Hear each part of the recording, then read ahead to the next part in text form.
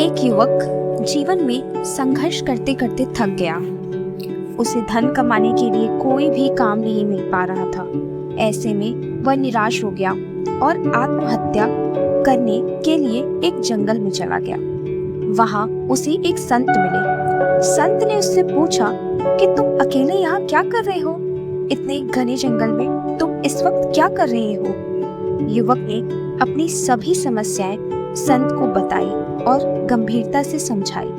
तब संत ने कहा कि तुम कोई काम जरूर मिल जाएगा।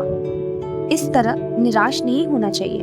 व्यक्ति ने कहा कि मैं हिम्मत हार चुका हूँ, मुझसे अब कुछ नहीं होगा। संत उसे कहने लगे कि तुम्हें एक कहानी सुनाता हूँ, उससे तुम्हारी निराशा दूर हो जाएगी। तो कहानी ये है कि एक छोटे बच्चे ने एक बांस का और एक कैक्टस का पौधा लगाया। बच्चा रोज दोनों पौधों की देखभाल करता। एक साल बीत गया। कैक्टस का पौधा तो पनप गया, लेकिन बांस का पौधा वैसा का वैसा ही रह गया। बच्चे ने हिम्मत नहीं हारी और वह दोनों की देखभाल करता रहा। इसी तरह कुछ महीने और निकल गए, लेकिन बांस का पौधा वैसे का वैसा ही था। बच्चा निराश नहीं हुआ और उसने देखभाल जारी रखी। कुछ महीनों के बाद बांस का पौधा भी पनप गया और कुछ ही दिनों में कैक्टस के पौधे में भी बड़ा हो गया। दरअसल बांस का पौधा पहले अपनी जड़ें मजबूत कर रहा था, इसलिए उसे पनपने में थोड़ा समय लगा। संत ने उस व्यक्ति से कहा कि हमारे जीवन में सभी संघर्ष आए तो हमें हमारी जड़ें मजबूत करनी चाहिए।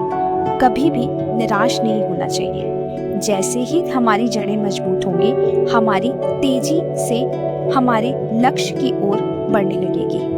तब तक धैर्य रखना चाहिए। धैर्य ही सफलता की कुंजी है। वह युवक संत की बात समझ गया और उसने आत्महत्या करने का विचार त्याग दिया और उसने सोचा कि वह फिर से वापस लौटकर एक अच्छे काम को ढूंढेगा और वो अपना कार्य अग्रसर करेगा।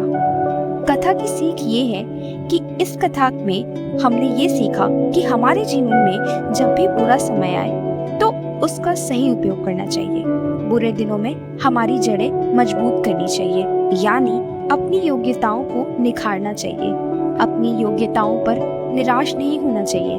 अपनी योग्यताओं से शक्ति लेनी चाहिए। अपनी योग्यताओं पर सकारात्मक सोच रखनी चाहिए। हमारी कमियों को दूर करना चाहिए। हमारी कमियां हम पर हावी होती हैं, पर हमें उनसे निकलकर बाहर आना होगा। जब हमारी कमियां दूर हो जाएंगी तो योग्यता निखरने लगेंगी और हमारी सफलता हासिल हो जाएगी। तो हार न माने।